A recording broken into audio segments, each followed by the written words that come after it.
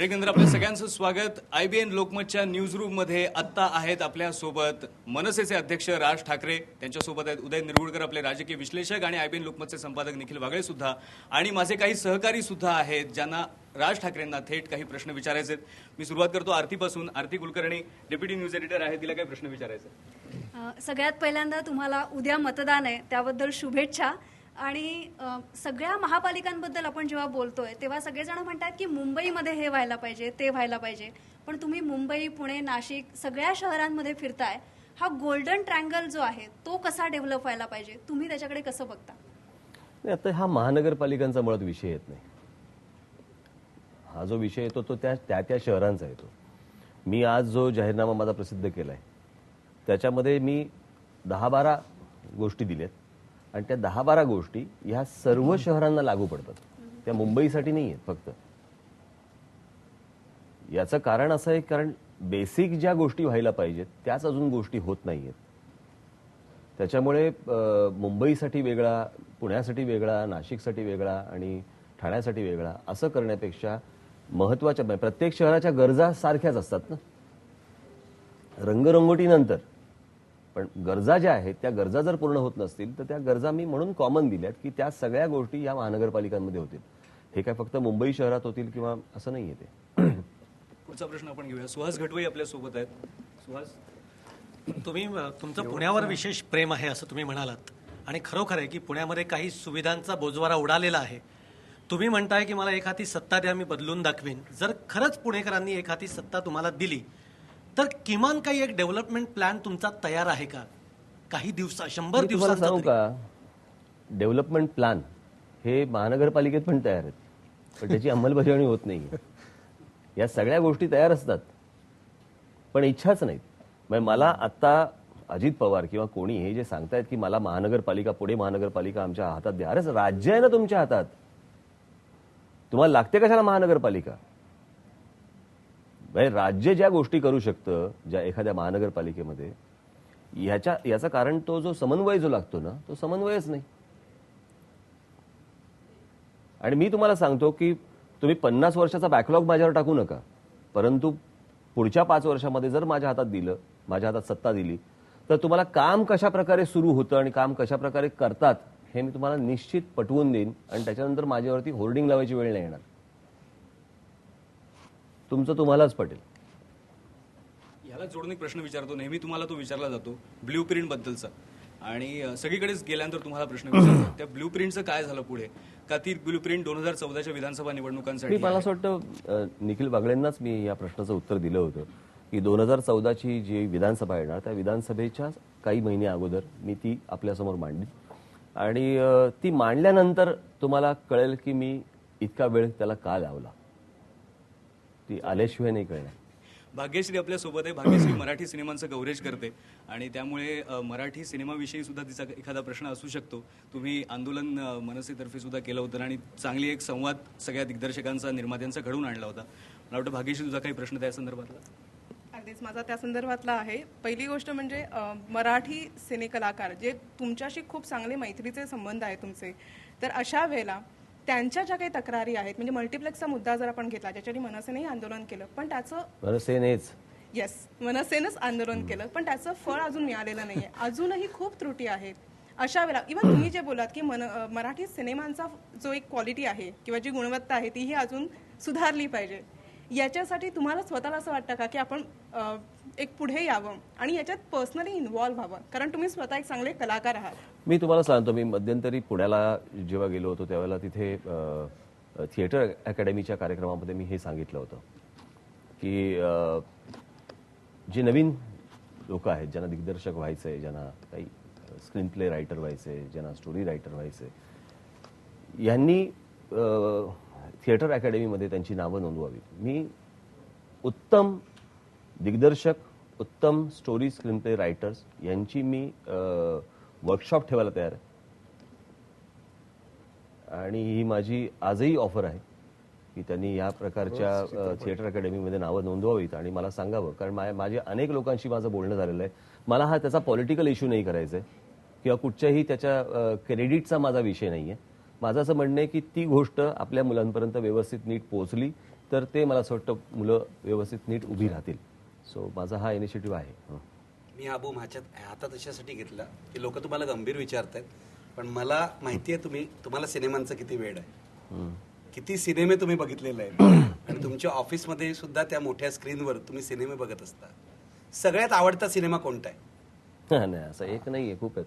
तरी 5-10 अलीकडच्या काळात अलीकडच्या काळात बघितलेला कुठला कोणता बघितला? सिनेमा आवडला? तुम्ही खरंच दररोज चित्रपट बघताय? हो, तुम्ही दररोज एक सिनेमा बघता? कधी बघता? वेळ मिळतो. कधीही, दिवसातल्या कोणत्याही वेळी किंवा रात्री? सगळं शांत होतं. का नॉर्मल आवडतो सिनेमा तुम्हाला? डोकं शांत करतो एक आत्ताच्या काळात. आणि माझं ते पॅशन आहे, माझी आवड आहे. मी आत्ता मध्यंतरी पाहिलेला एक चित्रपट आहे, त्या सद्दाम हुसेनच्या मुलावरती आलेला पिक्चर आहे, समथिंग डेव्हिल्स डेव्हिल्स डबल. तो चित्रपट जरूर बघा तुम्ही. म्हणजे खरं तर आजचा हा काही विषय नाहीये, पण मी आपण याच्यावर बोलूया. तुमच्याकडे अनेक चांगलं पाश्चात्य संगीत आहे, ह्याची आवड कशी काय? म्हणजे इतकं प्रचंड मोठं कलेक्शन. नाही, संगीताची आवड म्हणून. पण विशेषतः पाश्चात्य अनेक ट्यून्स, अनेक म्युझिशियन्स, त्यांची सिम्फनीज. काय माहिती आहे, मला आवडतं त्याला काय का. तुम्ही रोज एक सिनेमा बघता हे महाराष्ट्राला कळल्यावर सिनेमाचे वेडे आता वाढणार असं मला वाटतं. कारण तुमच्या पाठी तरुण पिढी आहे आणि रोज मग ते म्हणतील आम्हाला सुद्धा सिनेमा बघायचा आहे. त्यांना सांगा तुम्ही काम करून सिनेमा बघता म्हणून. नाही, मी काम करून बघतो आणि मी सिनेमा पाहताना मी तो अत्यंत वेगवेगळ्या अँगलने तो सिनेमा पाहतो. म्हणजे मी नुसतं एंटरटेनमेंट या लेवलवरती तो चित्रपट पाहत नाही, मी त्याचा प्रत्येक अंगाने चित्रपट पाहतो. सो त्याच्यासाठी मी काय चालायचं. फोन वाजत राहतात. न्यूज चॅनलचं ऑफिस आहे, तर सिनेमाबद्दल आपण बोलत होतो. जरा मला असं वाटतं की फोन बंद झाले तर बरं होईल. नाही, न्यूज चॅनलचं ऑफिस आहे पण तरी या चर्चेमध्ये अडथळा येतोय आणि बरं नाही ते जरा वाजतच राहतात. आपलं काय ऐकत नाही. इलेक्शन कमिशन सारखं झालंय.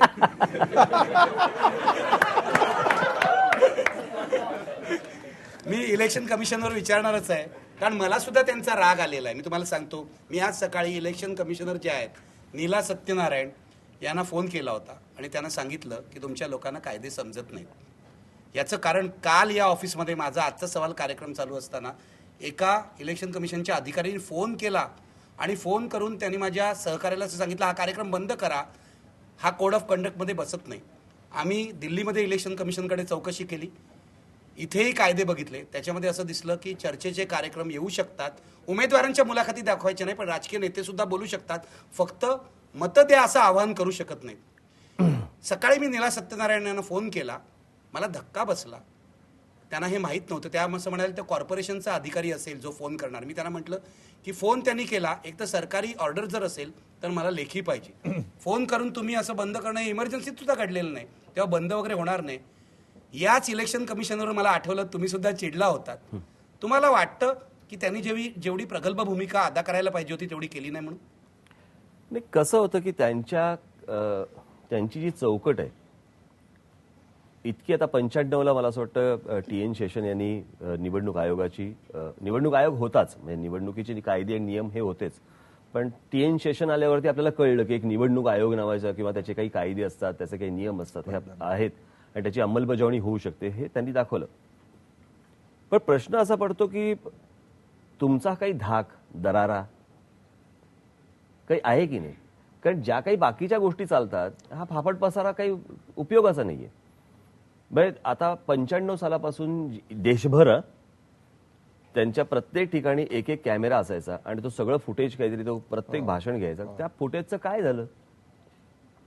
म्हणजे 95 सालापासून आज या क्षणापर्यंत निवडणूक आयोगाचे नियम तोडले म्हणून एखाद्याचा आमदारकी, खासदारकी, नगरसेवक पद रद्द झालं, अशी काही केस आहे का? आणि आता तर खूपच सोपं करून टाकलं त्यांनी, दिलगिरी व्यक्त केली की झालं. तर त्याच्यामुळे तो जो धाक लागतो आणि तो कायद्याचा, नियमांचा जो पाहिजे, कारण ह्यांचे जे अधिकारी वगैरे येतात या अधिकाऱ्यांनाच अर्धवट काही माहिती नसतं त्यांना. यांनीच नियम समजून घेतले पाहिजे. त्यांना माहितीच नसतं काही. म्हणून मी नेहमी त्यांना सांगतो ना काहीतरी, कारण मी वाचली आहे आचारसंहिता. हे असे कोणी काही सांगायला आले ना की मी त्यांना सांगतो लेखी स्वरूपात आणा. कारण लेखी स्वरूपात असं काही नाहीच आहे कायदा. बरं, जेवढे कायदे आहेत तेवढे आपण पाळतोच आहोत. म्हणजे ती एका बाजूनी चांगली गोष्ट आहे, ती काय वाईट गोष्ट नाहीये, परंतु त्याची जी अंमलबजावणी आहे ती ज्या प्रकारे होते किंवा त्याचे जे खालचे अधिकारी असतात त्यांना ह्या गोष्टी कल्पनाच नसते, माहितीच नसते. त्याच्यामुळे आणि कित्येकदा म्हणजे तिथले जे अधिकारी, आता मी मध्यंतरी ते नाही का ते 3 दिवस झोपले असेल तर त्याला मतदानाचा अधिकार आहे म्हणून मी गेलो तो भेटायला त्यांना. तर ते बोलले की हे शॉकिंग आहे. अरे शॉकिंग म्हणजे तुमचीच लोक करतायत ना. 3 दिवस जर समजा माणूस झोपला असेल आणि त्याला मतदार यादीमध्ये तुम्ही जर त्याचं नाव नोंदवत असाल आणि तो रस्त्यावर झोपलाय, त्याला तिथे आधार कार्ड मिळतं, त्याला तिथे रेशन कार्ड मिळतं, म्हणजे ह्याच्या मागे कोणतरी एक यंत्रणा चालू आहे, काम करते हे मतदार वाढवायचे. आणि याच्यावरती जर समजा पूर्णपणे तुमचं जर नियंत्रण नसेल, लक्ष नसेल, तर कोण मानणार तो आयोग? आणि पैसे वाटतायत, रात्र रात्र मग पैसे चालू वाटतायत, आहे. दारू वाटतायत, ते थांबू शकत ते नाही थांबू इलेक्शन शकत नाही. कमिशन. ते कसं आहे माहिती आहे ना, त्याच्यासाठी एक गोष्ट आहे की एकदा एक माणूस रेल्वेमधनं प्रवास करत होता आणि प्रवास करताना त्याला सिगरेट प्यावीशी वाटली म्हणून तो 2 डब्यांच्या मध्ये आला, सिगरेट काढली, इतक्यात टीसी आला आणि टीसी आल्या त्यांनी विचारलं की साहेब सिगरेट पेलं चालेल का? तर तो बोला ट्रेनमध्ये सिगरेट नाही प्यायची. तो बोला बरं ठीक आहे, पण मग हे खाली जे सिगरेट पडले त्याचं काय झालं? ते बोले त्यांनी मला विचारलं नव्हतं. सो तुम्ही विचारलं की नाही, एरवी तुम्ही कसंही वागा. म्हणजे तुम्ही जर समजा तुमच्या घरासाठी काही पावसाळ्यासाठी छप्पर मला लावायचंय म्हणून जर मागायला गेलात की नाही, पण अनधिकृतरित्या तुम्ही काही पहिले ठोकून द्या, कोणी तुम्हाला विचारायला येत नाही. हे तसे यांचे कायदे आणि तसे यांचे आयोग.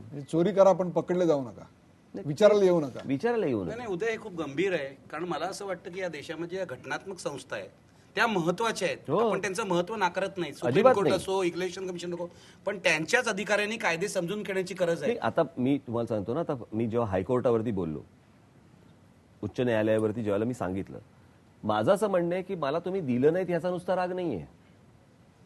माझं असं म्हणणं आहे की तुम्ही कायदाच नाही पाहिलात.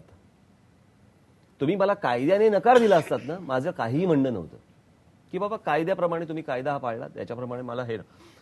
पण तुम्ही कायदा न पाहता तुम्ही फक्त असंच जजमेंट देताय की ह्यांना दिलं तर ह्यांना द्यावं लागेल. अहो, हे तुमचं मत झालं, ह्याच्यात कायदा नाहीये. म्हणजे आम्ही ज्यावेळेला सर्वोच्च न्यायालयात गेलो, त्या सर्वोच्च न्यायालयात जाताना पण ह्यांनी 6 दिवस एकतर सह्या केल्या नाही जजमेंट कॉपीवरती. गेल्यानंतर तिकडे जे जज आले त्यांनी पहिल्यांदाच सुरुवात केली की देणार नाही म्हणून. अरे पहिलं ऐकून तर घ्या, आम्ही काय म्हणतोय ते सांगतोय कुठच्या कायद्याने ते पण ऐकायचं नाही. त्याच्यावरती ते न्यायाधीश होते, त्यांनी सांगितलं की होळीच्या दिवशी आमच्या घराच्या बाहेर इतकी लोक असतात, मग तिकडे गोंगाट करतात, मग आम्हाला पण त्रास होतो. एकदा आम्ही कंप्लेंट केली. अरे तुम्ही, हे झालं तुमचं वैयक्तिक मत. कायदा काम. तुम्ही ज्या खुर्चीमध्ये बसलेला आहात तिकडे तुम्ही कायदा तपासला पाहिजे, कायदा पाहायला पाहिजे. अशा प्रकारे जर या संस्थांमध्ये जर समजा ह्यांची वैयक्तिक मतं यायला लागली तर त्या खुर्चीचा, त्या संस्थेचा आदर कसा काय करायचा, कोण करेल? अगदी बरोबर आहे. दुसरं म्हणजे शिवाजी पार्कशी निगडीत हा खटला होता, त्याच्यामध्ये शिवाजी पार्कचा सामाजिक सांस्कृतिक इतिहासही बघितलेला नाही. एक्झॅक्टली. इतक्या शेकडो सभा झाल्या आहेत आणि महाराष्ट्राचं राजकारण तिथे घडलेलं आहे, तेही न्यायालयाने विचारात घेतलं नाही. या सगळ्या पार्श्वभूमीवर तुमच्या घरासमोरच ते शिवाजी पार्क आहे. जेव्हा जेव्हा तुम्ही सकाळी आता उठता, विशेषतः या शरद निकालानंतर, पवारांनी सांगितल्यावर पण मला सांगा, नाही, एक मिनिट, मला हे विचारायचं आहे. शरद पवार बोलल्यामुळे नाही, मला खूप लोक विचारतात, आणि कारण मी बहुतेक वेळा तुम्हाला जो भेटतो तो सकाळी लवकर भेटतो, बरोबर आहे. गेले अनेक वर्ष आपण सकाळी 8:30-9ला भेटलेलो आहे. लोकांना कळू द्या जरा की उठतो. हा, मला लोक विचारतात राज ठाकरे हल्ली लवकर उठतात का? कळू द्या की तुम्ही आता लवकर उठता आणि पक्षाचं काम गंभीरपणे घेता. नाही, कसं होतं की या सगळ्याच्या मध्ये मी मला जर सकाळी काही अपॉइंटमेंट नाही, काही नाही, मी आजही झोपतो. माझ्या मेंदूला मला आराम पाहिजे. आणि दुसरी गोष्ट म्हणजे मी असं काही करत नाही ज्याच्यामुळे मला झोप लागत नाही. शांत झोप लागते. हा, शांत झोप लागते. त्याच्यामुळे सकाळी उठल्यावरती आता ह्याची वाट लावायची, त्याची वाट लावायची, इथून पैसे आणायचे, तिथून पैसे आणायचे वगैरे असलं काही नसतं. त्याच्यामुळे शांत झोप लागते, उठतोय सकाळी. त्याच्यामुळे काय, कुटुंबासाठी वेळ काढता येतो का? खरंच सांगा. मध्ये मध्ये काढतो, पण म्हणजे मला वाटतं ही मुलाखत शर्मिलाताई पण बघत असतील, त्यांनी या वाक्य नोंदून ठेवा की मध्ये मध्ये काढतो. म्हणून मी अत्यंत जबाबदारीने कधी कधी काढतो. असं कधी कधी काढतो असं म्हटलं, त्यांची तक्रार असणार. पण आता यांनी सांगितलं की शर्मिलाताई बघत असतील, त्या बघत असू दे आणि माझ्या मगाच्या प्रश्नाचं उत्तर द्या. हाय. त्या बघतायत म्हणून ते उत्तर दिलं नाही असा समज होईल लोकांचा काय? की तुम्ही मुलींमध्ये का लोकप्रिय आहात. अरे ह्याचं उत्तर मी कसं काय देऊ? आणि आहे किंवा नाही हे आहे हे मला कसं कळणार? आहातच ना उदय. 100% विश्लेषकांना विचार, विश्लेषकांना. तुम्ही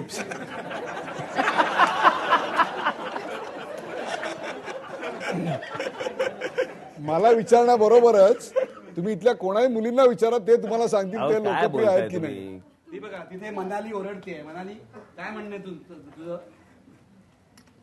जसं सर म्हणाले मुलींमध्ये तुम्ही लोकप्रिय आहात का, आम्ही जसं सेलिब्रिटी आल्यावर यंगस्टर किंवा स्पेशली मुली शाहरुख सलमान असं ओरडतात, तसंच राज ठाकरे आल्यावर सुद्धा ऐकायला मिळालेलं आहे.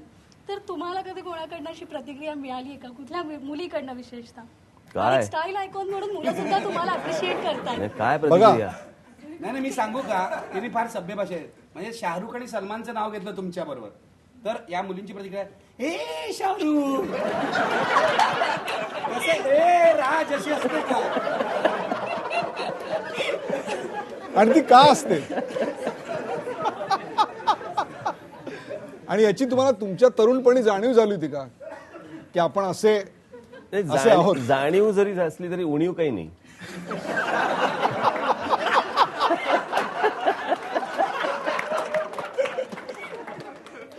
तरुणपणी या वाक्यावरती आक्षेप घेतला. तरुणपणी या शब्दावरती आक्षेप घेतला या बाकी मुलींनी. तरुणपणी जाणीव झाली होती का म्हणजे म्हणजे कॉलेजमध्ये वगैरे असताना या अर्थाने म्हणतो. नाही, पण आता पण प्रचारात कधी अशी प्रतिक्रिया कुठल्या मुलीकडनं अशी ऐकायला मिळाली कधी? मी खरं नाही, आता हे आपण या सगळे विषय काढतोय, पण माझा असं विश्वास नाही बसणार, परंतु मी ज्या वेळेला लोक रिॲक्ट होत असतात त्यावेळेला मी खूप या गोष्टींकडे दुर्लक्ष करतो. याचं कारण तुम्हाला त्याशिवाय जमिनीवर राहता येत नाही. आणि पॉप्युलरिटी ही गोष्ट असते ती तुम्हाला तशी जपायला लागते आणि त्याच्यापासून खूप तुम्हाला अलिप्त राहावं लागतं. कारण अगोदरचे संदर्भ पाहता अशा खूप लोकांना अशा प्रकारची पॉप्युलरिटी मिळाली. काहींनी ती पचवली, काहींना ती पचवता नाही आली. मी पचवायचा प्रयत्न करतोय आणि त्याच्यामुळे मी याच्यावरती फारसा रिॲक्ट होत नाही. नाही, हे फार चांगलं उत्तर आहे. पण तरी सुद्धा मुलींमध्ये आपण लोकप्रिय आहे हे कुठच्याही पुरुषाला आवडतं. उदय, मला एक पहिली गोष्ट सांगा. मला काय विचारता? म्हणजे विचारतो. मला असं वाटतं की या सगळ्या गोष्टींची उत्तरं आपण किंवा अशाच प्रकारचा एक कार्यक्रम आपण परवा समजा केला. नाही परवा नाही, उद्याच करायला पाहिजे. नाही, याचं कारण या निवडणुकीत याचं महत्व आहे. मी सांगतो 50% रिझर्वेशन आलेलं आहे आणि उद्या महिला मोठ्या प्रमाणावर बाहेर पडणार आहेत. जर सर्व्हे केला, नाही महत्व अशासाठी आहे की पुरुष नेत्याला मुलींची लोकप्रियता लाभणं हे भारतामध्ये पंडित नेहरूंना लाभली होती 100%. 100%. राजीव गांधींना लाभली होती. काही प्रमाणात राहुल गांधींना सुद्धा आहे. तो तुम्हाला आवडत असो नसो, तशीच तुम्हाला आहे. म्हणून याचा विचार अशासाठी करतो की महिलांचा सहभाग राजकारणामध्ये वाढतोय, मतदार वाढतायत, म्हणून विचार करावा लागतो. नाही, पण मला असं वाटतं की तो एक विश्वासाचा पण भाग असेल. आपण त्याच्याकडे प्रत्येक वेळेला त्या पर्सनॅलिटी म्हणून पाहतो आपण. मला असं वाटतं पर्सनॅलिटीमधनं बाहेर येणारा जो थॉट असेल तो थॉट देखील त्या विचारावरती देखील लोक प्रेम करत असतील ना. किंवा ज्या प्रकारे मी ती गोष्ट समोर मांडतो किंवा ज्या स्पष्टपणे मी जी मांडतो किंवा मी त्याच्यावरचे आरोप मी झेलतो, याही गोष्टीने त्याही गोष्टींचं आकर्षण असू शकतं ना. सो मला नाही वाटत की प्रत्येक वेळेला त्या पर्सनॅलिटीवरती सगळ्या गोष्टी असतात. परंतु आता उदाहरणार्थ मुली काय आणि मुलं काय. सलमान खानला बघून जर समजा मुली काय किंचाळत असतील तर तसं मुलांनाही वाटत असेल ना की अशी आपली फिजिक असावी. ऍक्टिंग बद्दल चर्चाच न केलेली बरी, पण अशी आपलं एक फिजिक असावी. मुलं कटरीना कैफला बघून किंचाळतात. काय माहित किंचाळतात का काय माहिती.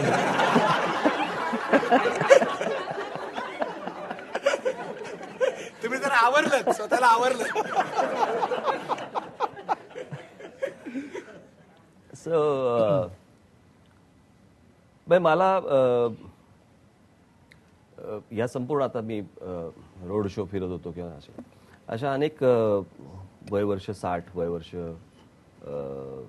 65, वय वर्ष 50 अशा अनेक महिला आल्या आणि ज्यांनी माझ्या जवळ येऊन असं डोक्याला माझ्या असं करून ती दृष्ट काढतात, असं केलं. आता प्रत्येकाचं एक वेगवेगळं डायमेन्शन असतं या सगळ्या याच्यामध्ये. सो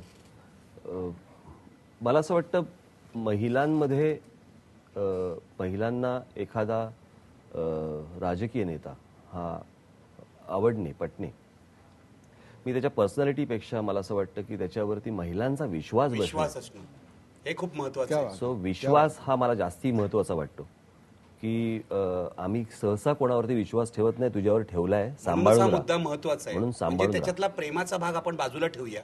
तो खरं बाजूला ठेवायची माझी तयारी नाही, तरी ठेवूया. पण ह्या ते मी ह्याच्याकडे विश्वास या अंगाने नाही, बघतो. विश्वास या अंगाने बघूया. मला तुम्हाला विचारायचं आहे, म्हणजे तुमच्यावर किती मोठी जबाबदारी आहे, कारण हा महाराष्ट्र सावित्रीबाई फुलेंचा महाराष्ट्र आहे. इथे महिलांची चळवळ खूप पुढे जाऊन काम करते. तुमच्यावर किती मोठी जबाबदारी आहे याचं मला पूर्ण भान आहे. तुम्हाला पूर्ण भान आहे. मगाशी तुम्ही सलमानच्या फिटनेस आणि फिजिक बद्दल म्हणलात.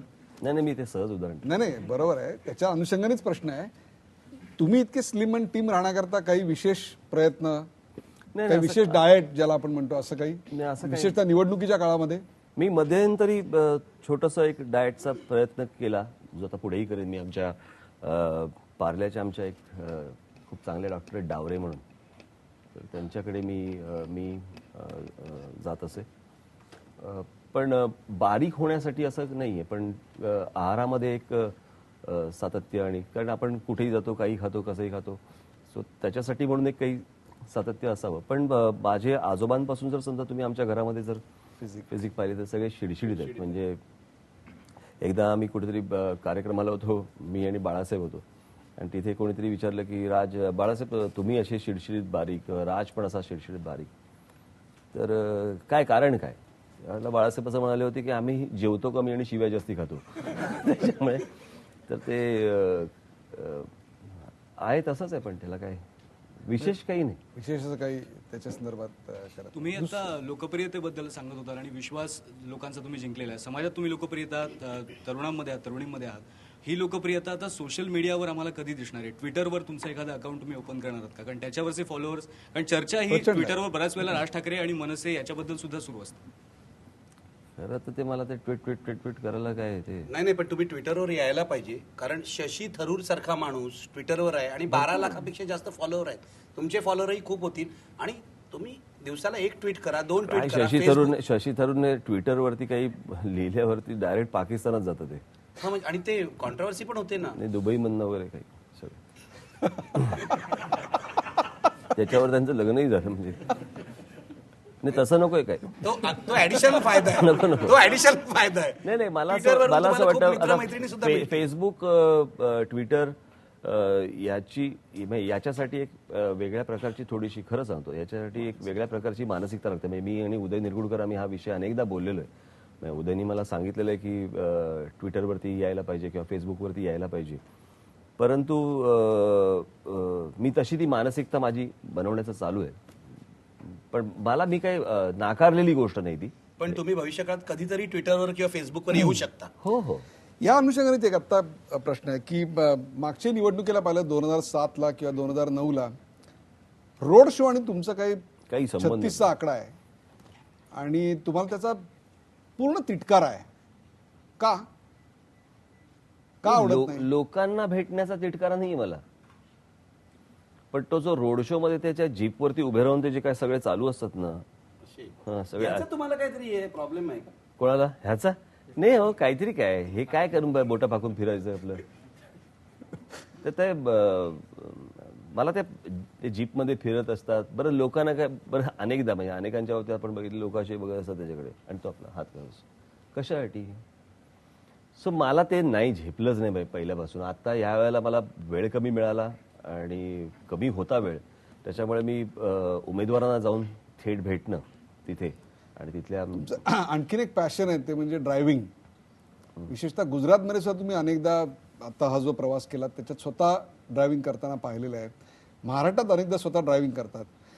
हे स्वतःचं पॅशन आहे का ह्याच्यात काही एक स्टाईल स्टेटमेंट करायचे तुम्हाला? नाही, आवड आहे फक्त, मी काही नाही. पण कधी असं वाटत नाही की आपल्या डोक्यावर इतकं ओझं आहे, आपल्या डोक्यात अनेक विचार असतात, तर आपण बाजूच्या सीटला बसावं आणि ड्रायव्हर दुसरा कोणतरी असावा. अनेकदा बसतो मी, अनेकदा बाजूला बसतो. म्हणजे मला त्याच्यावरती माझे सहकारी अविनाश अभ्यंकर बऱ्याचदा माझ्याबरोबर ते गाडी चालवत असतात बऱ्याच वेळेला. मग कधीतरी ते बाजूला बसतात माझ्या आणि मी गाडी चालवत असतो. सो या गोष्टी होतात. पण हल्ली जरा तसं मी ड्रायव्हिंग थोडंसं कमी केलंय, कारण डोक्यात विचार भरपूर चालू असतात. बरं त्याच्यात परत बातमी नको कुठची व्हायला.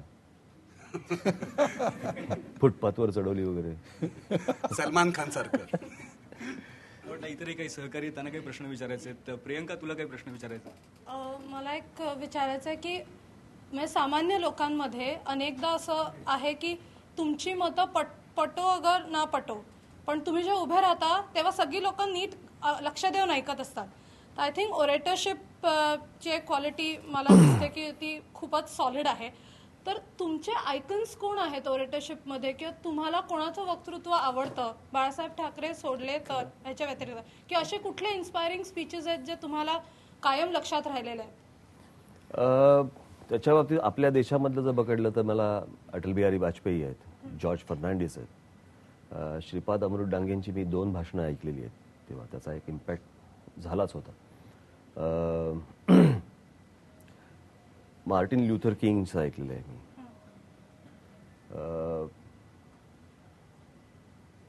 माझ्या आजोबांची काही रेकॉर्डेड भाषणं आहेत, तीही मी ऐकलेली आहेत. आणि ऑफकोर्स बाळासाहेब आहेतच. आणि याच्यानंतर माझं कन्व्हिक्शन. तयारी करत नाही भाषणाची कधी? नाही.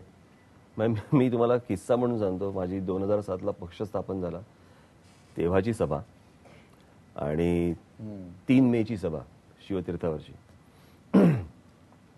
मी सहसा कधी करत नाही, तरी पण मी माझ्या सहकार्यांना सांगितलं होतं की काही पॉईंट्स माझ्या डोक्यात होते ते लिहून ठेवले. आणि मी त्यांना सांगितलं होतं पोडियमवर जाऊन अगोदर चिकटवून ठेवा. त्या 2 सभा झाल्या, तेवढं सोडून सगळं बोललो. याचं कारण मी एकदा स्टार्ट झालो, म्हणजे सुरुवात झाली की त्याच्यानंतर माझं इतर ठिकाणी काही लक्ष जात नाही. मग मी तुमच्या लक्षात असेल की मी बऱ्याचदा भाषणाच्या अगोदर माझ्या काही फाईल्स रेडी असतात. कित्येकदा मला त्यातलं काही नाही म्हणता येत, काही ठराविकच मला दाखवता येतं. नंतर घरी गेल्यावर वाटतं हे राहून गेलं, आपण हे सांगायला पाहिजे होतं, असंही होतं. पण प्रत्येक भाषणाच्या आधी होमवर्क मस्ट करतात. होमवर्क असा. कसला? म्हणजे असं अभ्यास पॉइंटर्स काढता का नाही? कारण मी ब्लँक होईन. मी जर समोर गेलो आणि मी भाषण करताना मी जर समजा असं ठरवलं की पहिला हा महा महा महा असं केलं की संपलं माझं. इतरही प्रश्न आपण घेऊया. आपल्यासोबत इथे समोरही काही सहकारी आहेत. चंद्रकांत पाटील बोलायचं कोल्हापूरचे आहेत, कोल्हापूरहून आलेले. नाही, मला एक प्रश्न आता मी तुम्ही जे सांगितलं की मार्टिन ल्युथर किंग किंवा प्रबोधनकार ठाकरेंचं नाव घेतलं, त्यांची जी भाषणं होती किंवा त्यांच्या जी लोक ऐकायची त्यांची भाषणं, आता ह्या निवडणुकीमध्ये 2007 याच्या आधीच्या विधानसभा निवडणुका, लोकसभा निवडणुका, त्याच्यामध्ये झालेली भाषणं आणि आत्ताच्या भाषणांचा जो दर्जा होता त्याच्याबद्दल काय म्हणा? कारण एकूणच वस्त्रारण जे सुरू होतं, एकमेकावरती चिखलफेक जी सुरू होती, ती कशी वाटली आपल्याला? कसली चिखलफेक? वेगवेगळ्या राजकीय नेते एकमेकावरती जे आरोप करत होते, कारण त्याची पातळी जी होती. पातळी, मला असं वाटतं महाराष्ट्रामध्ये जर समजा तुम्ही आचार्य यात्रेंची भाषणं जर ऐकलीत तर तुम्हाला ही पातळी खूपच, म्हणजे आता पातळीचा हा भाग नाहीये, हा महाराष्ट्राचा एकूणच ही महाराष्ट्राची परंपराच आहे की अशा प्रकारची भाषणं होणं. तुम्ही जर अमेरिकेमधली प्रेसिडेंटची जर तिकडे तेव्हाची जर कॅम्पेनची भाषणं ऐकली तर आपली खूप सभ्य आहेत. आणि असं काही मला नाही वाटत की आत्ताच्या निवडणुकीमध्ये अशी काहीतरी पातळी सोडून काही भाषणं झाली आहेत. मला नाही वाटत कोणाचीही झाली असतील. कारण एक नाशिकच्या सभेतलं एक उदाहरण सांगतो, भुजबळांचंच होतं. त्यामध्ये भुजबळांना ते तुम्ही जे बोलला ते खूप झोंबलं. त्यामध्ये त्यांचं असं म्हणणं होतं की म्हणजे तुमचं लहानपणी आधीपासून तुमचं त्यांच्याशी असलेला संपर्क किंवा येणं जाणं, तर त्या ह्याच्यामधली जी भाषा म्हणजे काका आणि नंतर साल्या, हे काल साला असं ते त्या रागाच्या भरात ते बोलताना आलेली गोष्ट आहे. असं काय रे साल्या असं नाही बोललो मी. ते मी ते वाक्य चांगलं झोंबलं होतं. नाही, पण मी हे काय त्यांना काय साला, मला तेवढं कळतं मला कोणाशी काय बोलायचं. ते वाक्य संपवत असताना ती आलेली त्या रागातली ती गोष्ट आहे. ते काय त्यांना काय जाणून बुजून असं काहीतरी एक काय रे साल्या, मग का साल्याच्या पुढे पण जाता आलं असतं मला. जायचं असतं तर तसा तो काही विषय नाहीये. भाषणांवरून लक्षात आलं की हल्ली तुमचे आणि शरद पवारांचे फारच प्रेमसंबंध निर्माण झाले. आज सुद्धा माझ्याशी बोलताना मी त्यांना विचारलं की राज आणि उद्धव एकत्र येण्याचं काही घडलं तर तुम्ही कराल का काही, तर ते असं म्हणाले मी राजशी बोलू शकतो पण उद्धवशी नाही. एवढं काय शरद पवारांमध्ये परिवर्तन झालं की हल्ली ते तुमच्याबद्दल इतकं चांगलं बोलतात, राजना भवितव्य उज्ज्वल आहे वगैरे म्हणतात, काय घडलंय काय? मला भीतीच वाटते.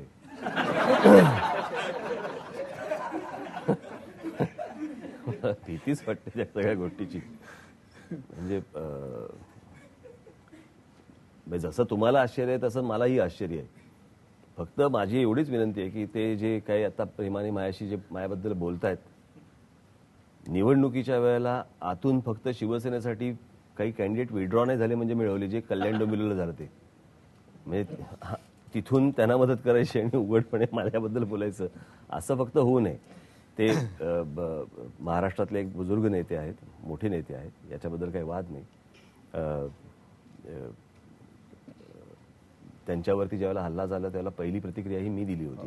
कारण अशा प्रकारे महाराष्ट्रातल्या कोणाही नेत्यावरती, खास करून शरद पवारांसारख्या, पवारसाहेबांसारख्या उच्च नेत्यावरती अशी गोष्ट होणं, त्यावेळेला मला असं वाटतं आपण सगळे राजकीय मतभेद विसरून पाठीमागे उभं राहणं आवश्यक होतं. ते बाकीच्या गोष्टी गाडून आपण रिॲक्ट होणं आवश्यक होतं. आणि मला तेव्हा जो एक राग आला, त्या रागातनं माझी पहिली प्रतिक्रिया मी व्यक्त केली ती महाराष्ट्राचे नेते, त्यात एक पवारसाहेबांसारखी व्यक्ती म्हणून. सो अशा अनेक गोष्टी आहेत, पवारसाहेबांवरती टीका करण्यासारख्याही अनेक गोष्टी असतात, पण तशाच त्यांचा काही बाबतीत आदर्श ठेवावा अशाही असंख्य गोष्टी आहेत. सो मी माणूस स्वीकारताना मग कोणी आपण गुणदोषासकट स्वीकारला पाहिजे. आणि माझी मुळात माझं वय आणि या सगळ्या गोष्टी पाहता त्यांचं राजकारणामधलं आत्तापर्यंतचं काम हे माझ्यापेक्षा खूपच प्रचंड मोठ्या प्रमाणामध्ये आहे. सो मी त्याच्यावरती त्यांच्याबद्दल काय बोलणार आणि काय प्रतिक्रिया. पण मला सांगा, पवार साहेबांचा एखादा गुण घ्यायचा झाला तर तुम्ही कोणता घ्याल? उत्तम स्मरणशक्ती आणि उत्तम ऍडमिनिस्ट्रेशन. काम, एखादं आलेलं काम हे करेक्ट त्यावेळेला तुम्हाला त्या डिपार्टमेंटला जाऊन ह्या व्यक्तीशी बोलणं आणि त्याच्यातनं ही गोष्ट होऊ शकते किंवा करून घेणं. मला असं वाटतं की बाकीचेही जे नेते आहेत यांनी पण त्यांच्याचकडनं आदर्श घेतला असावा असं माझं मत आहे. आणि ती एक प्रचंड मोठी क्वालिटी आहे. एकाच वेळेला ते किती गोष्टी करताना आपल्याला दिसतात. एकाच वेळेला ते राजकारण करतानाही दिसतात, एकाच वेळेला ते क्रिकेट ही गोष्ट सांभाळताना दिसतात. त्याच वेळेला वाचत पण असं तुम्ही कितीही या बाबतीत टीका करा, परंतु क्रिकेटचं ठीक आहे, पैसे आले वगैरे वगैरे सगळ्या गोष्टी आल्या, परंतु क्रिकेटचा जो दर्जा किंवा देशभर त्याच्यासाठी ज्या गोष्टी उपलब्ध करून दिल्या गेल्या, यासाठी घेतलेले त्यांनी जे एफर्ट्स आहेत हे खूप मोठ्या प्रमाणावरचे आहेत. हे कोणी अमान्य करूच शकत नाही. अगदी बरोबर आहे. इतरही प्रश्न विचारतील, पण मी तुम्हाला आता एका तुमच्या सगळ्यात मोठ्या ऍसेट बद्दल विचारणार आहे. ऍसेट यांची मालमत्ता. तुम्ही दादा कोंडकेंबद्दल सारखे बोलू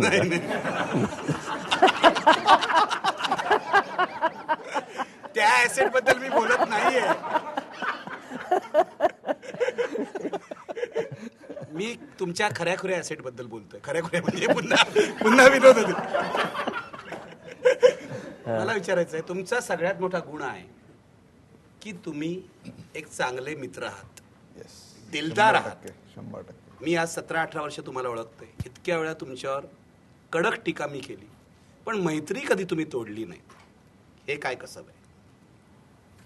नाही, मला असं वाटतं की मी समोरच्याचा पॉइंट ऑफ व्ह्यू हा मी कधी नाकारत नाही. कित्येकदा आपल्याला ती टीका दिसते, कित्येकदा त्यातनं बोधही होतो. सो होणारी प्रत्येक टीका ही काही तुम्ही या जगात नकोच आहात या दृष्टिकोनातून केलेली नसते. कित्येकदा समोरच्यांना काही सुचवायचं असतं, काही वेळेला असूयाही देखील असेल, काही वेळेला काही इतरही गोष्टी असू शकतात. म्हणजे तुमच्यावर नाही, कोणी टीका करताना, परंतु टीका ही होत राहणार. तुम्ही ज्या क्षेत्रामध्ये आहात तिथे जर समजा तुम्हाला टिकायचं असेल तर टीका ही होणारच. आणि त्यातनं माणसं तोडणं याची काय आवश्यकता नाही ना या गोष्टीतनं. की समजा उद्या मी एखादी टीका करत असेल कोणावरती, याचा अर्थ त्याचा अर्थ त्या संबंधावरती डायरेक्ट फुल्ली मारायची, असं नाही होऊ शकत. आणि मी असं कधी केलेलं नाही. माझे अनेकदा माझ्यावरती ज्या लोकांनी आजही पत्रकारितेमध्ये माझे अनेक मित्र आहेत. याचा अर्थ ते माझ्याबरोबर टीका करतात, याचा अर्थ माझ्याबरोबर ते काही संबंध तुटले असं होत नाही. त्यांच्या पॉइंट ऑफ व्ह्यूच्या आड मी येत नाही, माझ्या पॉइंट ऑफ व्ह्यूच्या आड त्यांनी येऊ नये. चर्चा मोकळेपणाने होते. हो हो. मला हेच आश्चर्य वाटतं की तुमच्या मित्रांमध्ये एवढी व्हरायटी आहे. म्हणजे एकाच बाजूला कुमार केतकर आहेत, गिरीश कुबेर आहे, दुसऱ्या बाजूला भरत जाधव असतात, अतुल परचुरे आहे, अजित भुरे आहे, तिसऱ्या बाजूला सिनेमातली मंडळी असतात, IT मधली यांच्यासारखी मंडळी असतात. मग काय कशी ही मैफल जमवता तुम्ही? नाही, मला माणसं जोडण्याचं एक तर मला आवड आहे. आणि याच्यातनं आता कुमार केतकर साहेबांबरोबर पण बोलताना, त्यांच्याबरोबर पण बोलताना त्यांच्याकडनं खूप गोष्टी मिळतात तुम्हाला. सो मला असं वाटतं की घेत राहावं, ज्ञान जिकडून मिळेल तिकडनं घेत राहावं. किती पिढ्यांमधले मित्र आहे तुमचे. बाबासाहेब पुरंदरे सुद्धा तुमचे- जयंतराव साळगावकर म्हणजे ही तुमचा माणसं उल्लेख वैयक्तिकरित्या राजाधिराज असं करतात अनेकदा. हा म्हणजे राज तुमचं नाव आहे, पण हे मित्र हेच म्हणतात हा खरा राजा माणूस आहे. तुम्हाला तुमचे जवळचे मित्र राजाच म्हणतात, बरोबर आहे ना? तर राजा माणूस आहे. मला ही क्वालिटी जी आहे, हा जो गुण आहे, म्हणून मी ऍसेट म्हटलं. तो ऍसेट नाही, हा ऍसेट. हा तुम्ही बाळासाहेबांकडून घेतलाय? तो जेनेटिकली आलाही असावा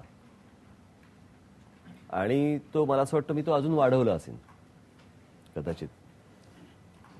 पण या सगळ्या याच्यामध्ये मी अनेकदा राजकारण हा विषय बऱ्याचदा नसतो. बऱ्याचदा त्यांच्याकडनं अनेक गोष्टींची आपल्याला माहिती मिळत असते. आपल्या ज्ञानात ते भर टाकत असतात. बाबासाहेबांबद्दल बरोबर बोलताना केवढी माहिती मिळते तुम्हाला, किती गोष्टींची. आणि आपण कसं पूर्वी काय घडलंय आणि आपण कशा प्रकारे वागलं पाहिजे, आपल्या पूर्वजांवरती काय काय गोष्टी आल्या होत्या आणि आपल्याला जर सगळ्या या गोष्टी मिळाल्या असतील तर आपण त्या कशा प्रकारे त्या जपल्या पाहिजेत. सो कोणी अजय अतुल असतील माझे मित्र, किंवा भरत असेल, किंवा काही शंकर महादेवन असेल, हो, किती लोक म्हणजे वेगवेगळ्या क्षेत्रातले लोक तुमच्याकडे. गोवारीकर, तुम्हाला गोवारीकर, आशुतोष गोवारीकर हा आपला. तुम्हाला संगीतावरती कळतं. आता आम्ही अनेकदा मी आणि समजा आता आमिर खान 4-4, 5-5 तास समजा गप्पा मारल्या. मला आमिर खानकडनं पण खूप गोष्टी मिळतात ना. काय मिळतं त्याच्याकडनं? खूप त्याचा एकूण बघण्याचा जो दृष्टिकोन आहे या सगळ्या फिल्मवरती, फिल्म मेकिंगवरती, किंवा त्याचा सोशल सामाजिक बांधिलकी जी त्याची आहे, समाजाकडे पाहण्याचा जो दृष्टिकोन आहे, तो नुसताच ऍक्टर नाही आहे की नुसताच मेकअप लावून बाहेर पडलेला आणि डायरेक्टरने कॅमेरा अँगल सांगितल्यानंतर काम करणारा आणि कट इट म्हटल्यावरती घरी बसणारा असा नाही येतो. त्याला स्वतःची मतं आहेत आणि ती स्वतःची मतं मांडताना तो त्याचं काम हे सॅक्रिफाईस नाही करत तो, की फिल्मसाठी मी वेगळं करतो आणि माझी मतं ही वेगळी आहेत, असं नाही आहे. बऱ्याचदा ते सगळं एकत्र येतं आणि अशी खूप कमी माणसं असतात प्रत्येक ठिकाणी. सलमान खान हा शाहरुख खानपेक्षा उजवा ऍक्टर आहे असं तुम्हाला प्रामाणिकपणे वाटतं? काय? सलमान खान शाहरुख खानपेक्षा चांगला उजवा ऍक्टर आहे असं तुम्हाला वाटतं? नाही, हे सगळे नट आहेत. सलमानही तुमचा दोस्त आहे. हो हो, चांगला माणूस आहे, खरंच चांगला आहे. म्हणजे नाही, मी खरंच सांगतो, मनापासून सांगतो की तो मनाने खूप चांगला आहे. माझ्या शाहरुख बरोबर तसे फारसे जवळचे तसे संबंध नाहीत, गाठीभेटी होतात, पण तसं नाही. पण ही दोन माणसं मला नक्की माहिती आहेत की ही मनाने खूप चांगली आहेत. आणि ह्यांना एक सलमानचे काही 2-4 एपिसोड सोडून द्या, पण त्याच्या जाणीवा जिवंत आहेत, त्याला भान आहे या गोष्टींचं. आणि काही जर समजा काही चुका घडल्या असतील तर त्याही चुकून घडल्या आता, पण त्याची त्याला जाणीव आहे. मी दुसऱ्याकडे देतो, पण मला एक प्रश्न विचारायचा आहे. उदय, तुम्ही विचारणार की मी? बोला काय. पाच त्यांच्या कुटुंबातल्या 5 सदस्यांबद्दल आणि तो मीच विचारायचा आहे. तुम्हीच विचारा. तुमचं श्वानप्रेम याच्याविषयी मी विचारतोय. एनिवे, तर जेम्स बॉन्ड पासून सुरुवात करा. नाही, हे मला विचारतात मला माहित नाही, कारण हे आमच्या घरी आल्यावरती दोन्ही पाय सोफ्यावर असतात. पण आता 2चे 5 झाले. हे कसं काय म्हणजे श्वानप्रेम तुमचं म्हणजे इतकं 5 तुम्ही आधी James bond, original James bond आहे. स्वतःच्या आता मुला शॉन आला. इतकं त्या कुत्र्यांवर प्रेम करताना मी बघितलेलं आहे. आणि तुम्हाला काय म्हणजे हे कुत्रा चावेल किंवा कसं काय. कुत्रा चावेल म्हणजे त्यांना नाही चावत, तुम्हाला चावतो तो. नाही, साधीत पोरं माझी, त्याची आवडच लागते हो, त्याला काय आता काय. लहानपणापासून. हो, लहानपणापासून. मी वाढलो मातोश्रीवरती, त्याच्यामुळे मातोश्रीवरती तिथे त्यावेळेला अनेक ग्रेट डेन्स होते, पामेरियन होते. बाळासाहेबांची ही आवड आहे. हो. पण माझ्या म्हणजे आमच्या घरी, जुन्या घरी तेव्हा पण एक पंपू नावाचा कुत्रा होता, बाळासाहेबांनी आणला होता. मला असं वाटतं त्याचे फोटो पण मला असं वाटतं बाळासाहेबांच्या फोटोबायोग्राफीमध्ये टाकलेले आहेत त्याच्यामध्ये. सो आवड आहेच. प्राणी कुत्र्यांची आवड आहे म्हणजे काय. आवड मग हे कसं एक्सप्लेन म्हणजे काय आवडतं त्याला काय करायचं. काय म्हणजे नेमकं काय आहे. नाही, मला नाही एक्सप्लेन करा, तुमचं संदर्भासही स्पष्टीकरण करा. शाळेमध्ये या प्रश्नाला उत्तर दिलं नसेल पण आज सकाळपासून तुमची सुरुवातच साधारणतः कुत्र्यांबरोबर ते मी पाहिलेलं आहे. सकाळ सुरुवात का माझ्या बेडमध्ये झोपतात. सुरुवात कशाला, माझ्याबरोबरच असतात. सो आवड म्हणजे आता कसं एक्सप्लेन करायचं ना, काय एक्सप्लेन करा. मला कुठं आवडतात. आता मला वाघसिंहही आवडतात, पण आता बेडमध्ये नाही झोपू शकत मी.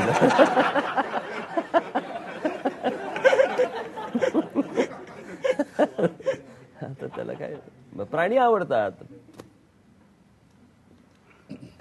इतर काही सहकाऱ्यांचे प्रश्न घेऊया. अजय कौटिकवार सुद्धा आहेत, विदर्भात आलेले. तुमच्या भाषणाची शैली खूप वेगळी आहे आणि थेट हल्ला असतो, त्याच्यात नकला असतात, उपहास असतो, सगळं असतं.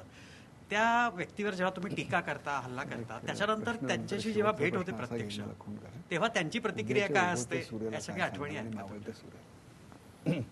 काही जण बोलायचे बंद होतात, काही जण खूप कालांतराने हळूहळू बोलायला लागतात. असं काय. आणि मी एक मिनिट, माझं काही वैयक्तिक काही नसतं ना. मी भाषणामध्ये ज्यावेळेला एखादी गोष्ट बोलतो किंवा मी टीका करतो ती त्यावेळेला त्या कामाबद्दलची असते ना. मी जसे समोरच्याने एखाद्या माणसाने समजा टीका केली तर मी जसं एखादी गोष्ट ती स्वीकारतो किंवा 2 द्यावेत 2 घ्यावेत या लेवलला मी असतो. काही जण असतात, काही जण नसतात, काही जण रुसून बसतात. आता तुम्हाला कॅमेरामध्ये जो कॅच करतोय तुमचा व्हिडिओ जर्नलिस्ट मंदार परांजपे, जो कॅमेराच्या मागे आहे, त्याला सुद्धा काही प्रश्न विचारायचा आहे. राजसाहेब, निवडणुकीसाठी शुभेच्छा सगळ्यात आधी. आणि मला असं विचारायचं आहे की तुम्ही नेहमी सांगता मला पूर्ण सत्ता द्या मग हे होईल, तर समजा पूर्ण सत्ता आली तर तुम्ही अख्खी मुंबई पेवर ब्लॉक फ्री कराल का?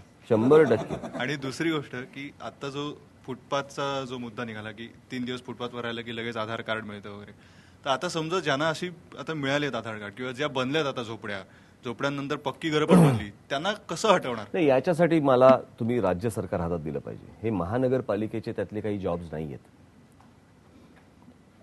मी खरं सांगतो, तुम्ही विचारता ह्याच्यामध्ये काही तुम्ही गैर नाहीये. परंतु अनेकदा होतं असं की महानगरपालिकेचे जॉब्स काय आहेत, राज्य सरकारचे जॉब्स काय आहेत, आणि महानगरपालिका आणि राज्य सरकार यांचं कोऑर्डिनेशन नसल्यामुळे अनेकदा हे प्रॉब्लेम्स खूप मोठे होतात.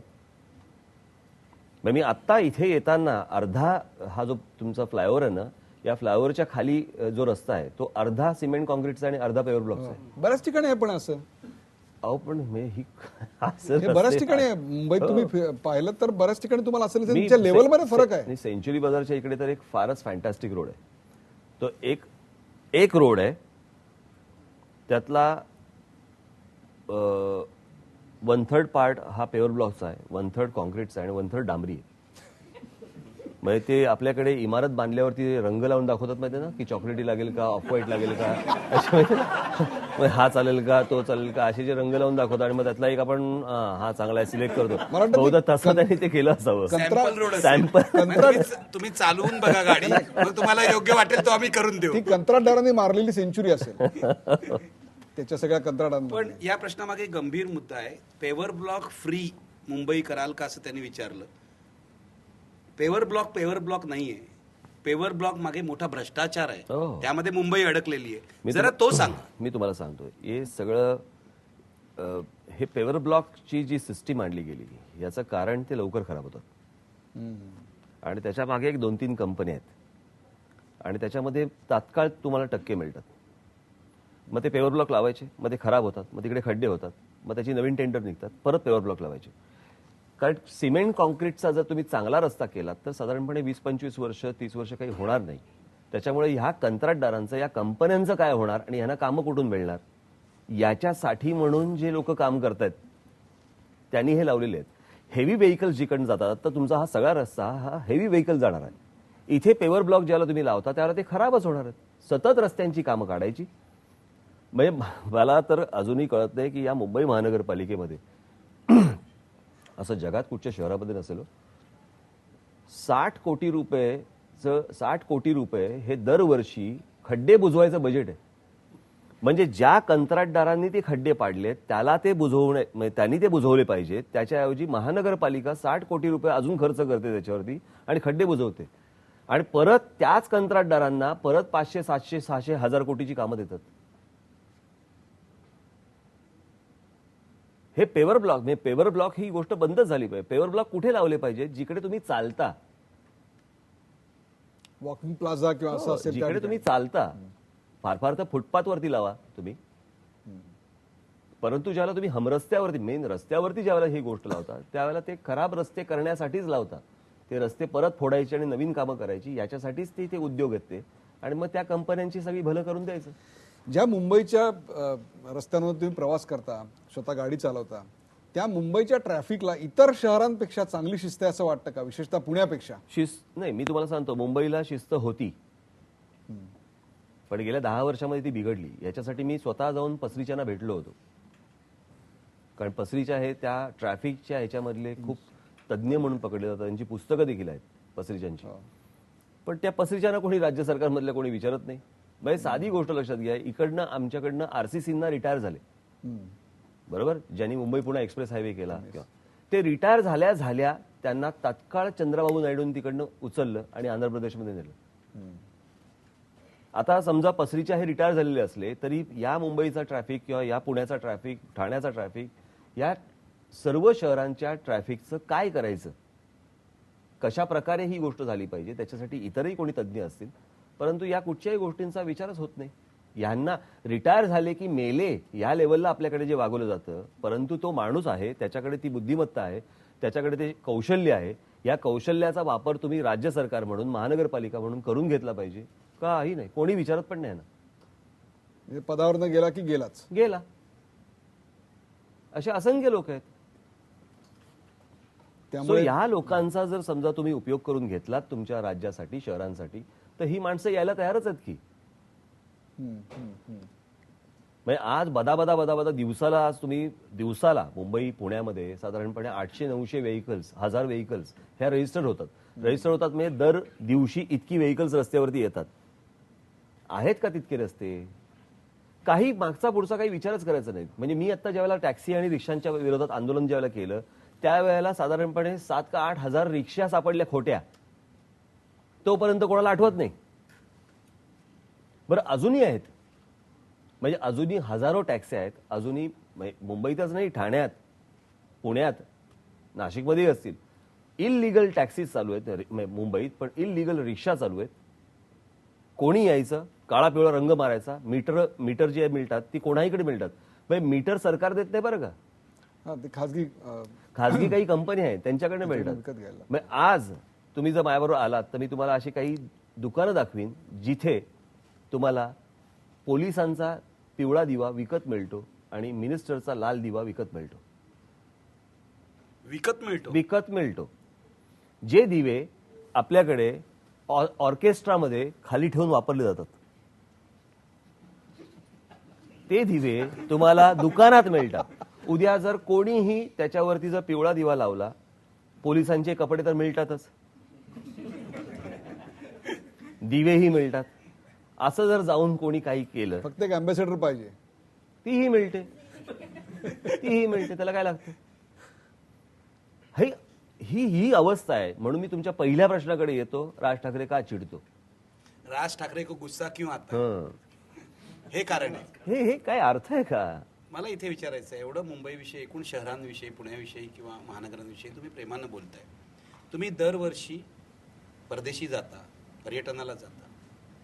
तुम्ही युरोपातली शहरं, बहुसंख्य महत्वाची शहरं बघितलेली आहेत. त्यांची शहरं आणि आपली शहरं यामध्ये तुम्हाला काय फरक दिसतोय?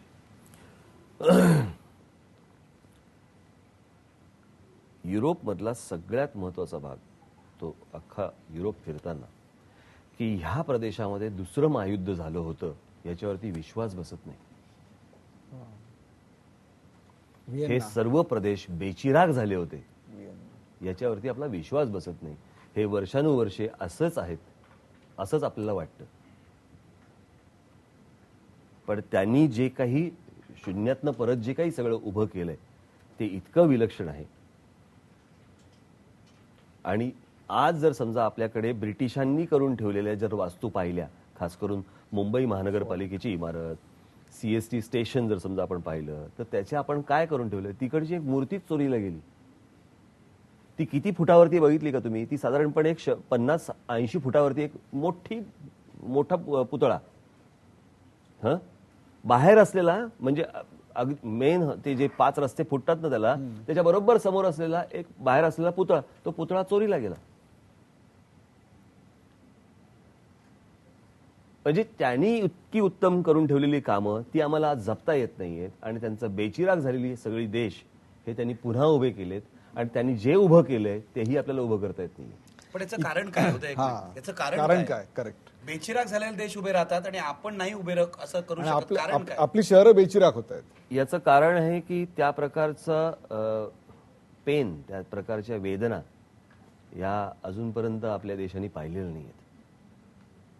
त्याच्याबद्दलची जी त्या आस्था जी असते ना, ती आस्था त्या वेदनेतनं येते. मी ज्या वेळेला या सगळ्या फिल्म्स पाहतो, मी सगळ्या डॉक्युमेंटरीज पाहतो, मी ज्यावेळेला ही पुस्तकं वाचतो, ती वाचत असताना, पाहत असताना तुम्हाला कळतं की ह्यांनी काय वेदना सहन केल्यात. एकेका घरातली 4-4 माणसं मरणं, एकच व्यक्ती राहणं, आपल्या डोळ्यात देखत मूल जाणं, आपल्या डोळ्यात देखत आई जाणं, ही जे सगळ्या ज्या वेदना त्यांनी पाहिलेल्या आहेत ना, त्या वेदनेतनं ती देश उभे राहिलेत. आणि आपल्याकडे जे मिळालंय ना, जे काही स्वातंत्र्य मिळालं किंवा ज्या काही गोष्टी मिळाल्यात ना, त्या अशाच सहज फुकट मिळालेल्या आहेत. त्याच्यामुळे त्याची किंमत नाही. याचा अर्थ इथे बॉम्ब पडावा असं नाही माझं मत, परंतु ती किमान नेतृत्वाकडे किंवा नेत्यांकडे त्या वेदनेबद्दलची आस्था असावी, ज्यातनं अशा प्रकारची शहरं घडू शकतील, अशा प्रकारच्या वास्तू घडू शकतील. अन्यथा ते घडू नाही शकत. इतके देश, इतकी शहरं परदेशातली तुम्ही फिरलेला, तुमचं सर्वात परदेशातलं आवडतं शहर, याच्यात तुम्हाला काही दिवस राहावंसं वाटेल, पुन्हा पुन्हा जावंसं वाटेल, ते शहर तुम्हाला का आवडतं आणि कोणतं आहे? लंडन.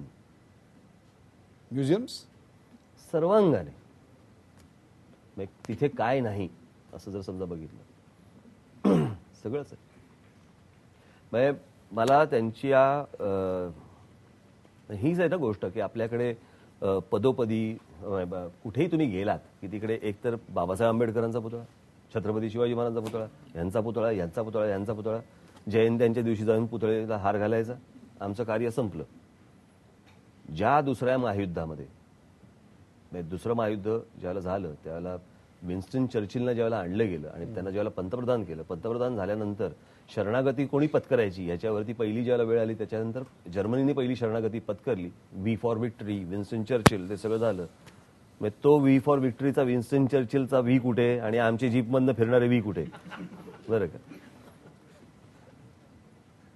त्या विन्स्टन चर्चिलचा तिकडच्या एका मायामध्ये लेस्टर स्क्वेअरच्या का कुठच्या तरी तिकडच्या एका बागेमध्ये एक पुतळा आहे. तुमच्या पुतळ्याला विरोध आहे मग उभारण्याला? पुतळ्याला माझा विरोध नाही, शिल्प चांगलंच असावं, पण त्या व्यक्तीची शिल्प ज्या वेळेला उभी करतो त्यातनं आपण काही प्रेरणाच घेत नाही. म्हणजे ती व्यक्ती न समजून घेता आपण फक्त शिल्प उभी करतो. आणि मला असल्या गोष्टींना मला ते काही पटत नाहीत त्या गोष्टी. तुम्ही लंडनचा उल्लेख केलात. तुम्ही कलाकार आहात, चित्रकार आहात, इतरही गोष्टी तुम्हाला म्हणजे कलेवर तुमचं प्रेम आहे. पॅरिस नाही आवडत? भाषेमुळे खूप प्रॉब्लेम होतात. पण त्यांच्या भाषेवर प्रेम आहे आपल्या. तो त्यांचा भाग झाला हो. आपण तिकडे ज्यावेळेला जाणार त्यावेळेला तिथे जात असताना म्हणजे भाषेवरती कडक प्रेम आहे त्यांचं. हो. ते बोलत नाहीत, इंग्रजी बोलत काही नाहीत. बोलत नाहीत आणि तुम्हाला त्याच्यामुळे स्वतःला असा अनुभव आलाय? हो म्हणजे काय, तर त्याच्यामुळे तिथे काहीच आणि त्यांचं ते जेवण बिवण पण कळत नाही हो. त्या बऱ्याचशा गोष्टी तिकडे काही समजत नाहीत. पॅरिस सुंदर आहे, याच्याबद्दल वादच नाही. पॅरिस मधली म्युझियम सुंदर आहे. अप्रतिम. म्हणजे लेफ्ट बँक, साऊथ बँक आणि दोन्ही बँक्स. पण ते बँक्स असलेले म्हणजे ती सगळेच देश आहेत, म्हणजे सगळीच शहर आहेत ती. आपल्याकडे पण आहेत की, नाशिक आहे, पुणे आहे, नागपूर आहे. हो पण आपल्याकडे घाण आहे आणि तिकडे नाही, हा मोठा फरक आहे. पण काय देश आहेत, सुंदर देश आहेत, अप्रतिम. आणि हे आपल्याकडे घडू शकतं. हे ह्या गोष्टी सहज घडू शकतात. म्हणजे मी आता गुजरातला गेल्यावरती तिकडे साबरमती रिव्हर फ्रंट ज्याला बघितली, ती काही युरोपची तुलना करू नका त्याची, परंतु साबरमती रिव्हर फ्रंट ज्या प्रकारे त्यांनी ते उभी करतायत, मला असं वाटतं आमच्या मुळामुठ्याच्या नदीच्या काठी का नाही हे होऊ शकत, आमच्या गोदावरीच्या काठी हे का नाही होऊ शकत. आणि जे सहज शक्य हो, फक्त इच्छाशक्ती हवी त्याला. म्हणजे फंड हा जर पकडला तर तो पैसा देखील येऊ शकतो. आपण व्हिएन्नामध्ये गेलो तर व्हिएन्नाच्या सगळ्या मध्यभागातून नदी वाहते आणि त्याच्या भोवती त्यांनी टुरिझम उभा केलाय. सगळं शहर डेन्यूब नदी वाहते व्हिएन्नाच्या मध्यभागातून आणि पूर्ण शहर त्याच्या भोवती त्यांनी उभं केलेलं आहे. आपल्या शहरामध्ये, या मुंबई शहरामध्ये ही मिठी नावाची नदी होती, तिची मगर मिठी कधी झाली हे समजलंच नाही. हो, कारण आपल्या लोकांचं लक्ष नाही ना, दुर्लक्ष या सगळ्या गोष्टींकडे. मतांसाठीची फालतू माणुसकी नावाची जी गोष्ट आहे ना आपल्याकडे, ती माणुसकी नाहीये, ती मतांची माणुसकी आहे. याच्यासाठी हे सगळं खराब होतंय.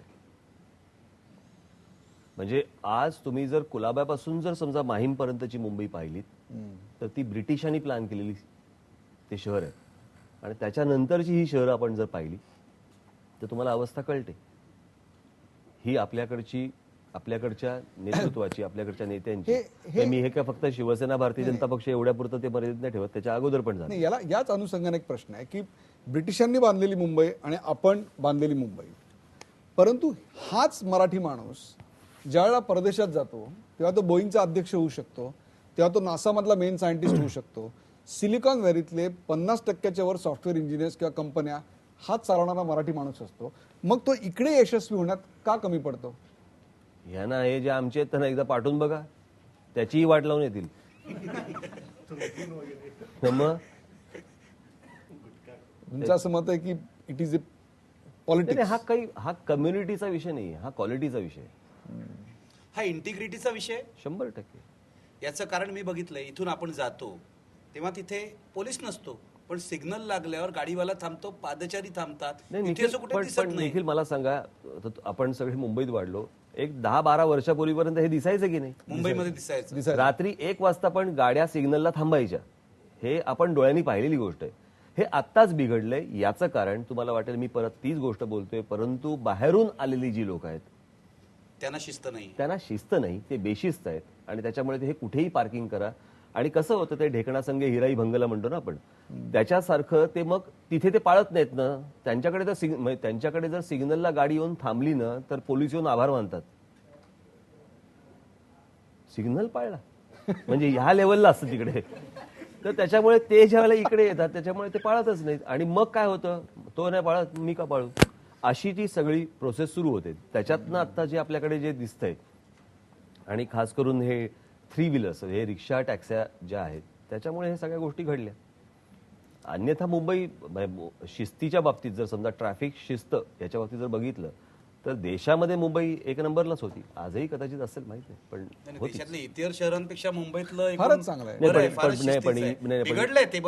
पण इतर शहर आता खूप सुधारत आहेत.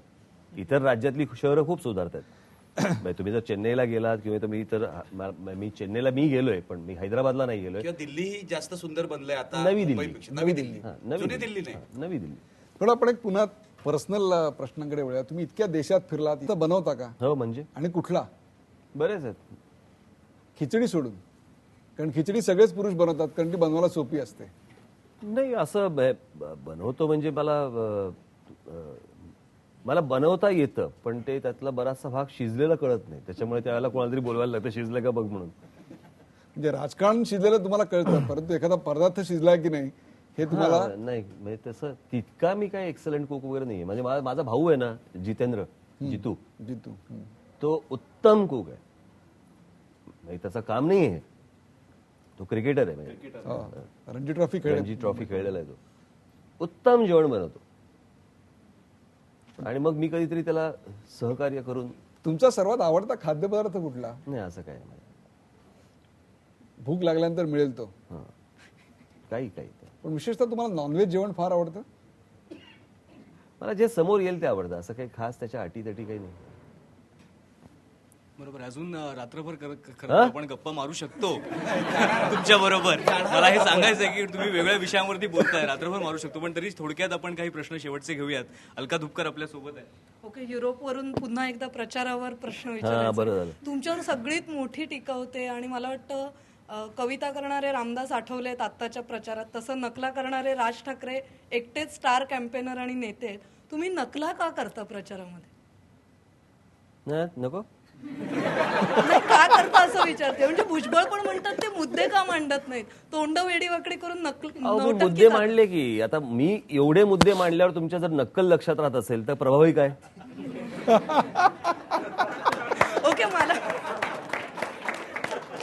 ओके, मला हे विचारायचं आहे की तुमची सगळी भाषणं गाजतात, नकला गाजतात. कुठलं भाषण पडलं असं तुम्हाला स्वतःला वाटतं किंवा पडलंय? माहित नाही, मला इंटरेस्ट नसेल त्यावेळेला पडलं असेल. पण असं कुठे वाईट वाटलं की अरे भाषण पडलं असं? आठवत नाही मला. एक बातमीसाठीचा प्रश्न आहे. आज तुम्ही समीर भुजबळांना कार्ट म्हटलेलं, तर छगन भुजबळांनी तुम्हाला आव्हान दिलंय की नाशिकमध्ये या आणि निवडणूक लढवून दाखवा. काय आव्हान आहे काय? काहीतरी काय उगाच. एक तर हे मुंबई सोडून गेले तिकडे, इथे निवडून येता येत नाही म्हणून. हे कुठेही जातील, आम्ही तिकडे जायचं निवडणुका लढवायच्या काय? हे उद्या राज्य आणि देश सोडून जातील, ये युरोपमध्ये आणि निवडणूक लढून जातील. काय अर्थ आहे का त्याला? काय हे लांब लांब जाणार आणि आम्ही त्यांच्या मागे जायचं काय? नकलेचा विषय निघालाय म्हणून आमचा विलास बढे मराठवाड्यातून आलेला तुमचा फॅन आहे की मला अजून माहित नाहीये, पण तुमच्यासारखा आवाज कमवायचा प्रयत्न तो करतोय. त्याचा आवाज सुरू झाला की मला कळेल. त्याला काही प्रश्न विचारायचा. नमस्कार.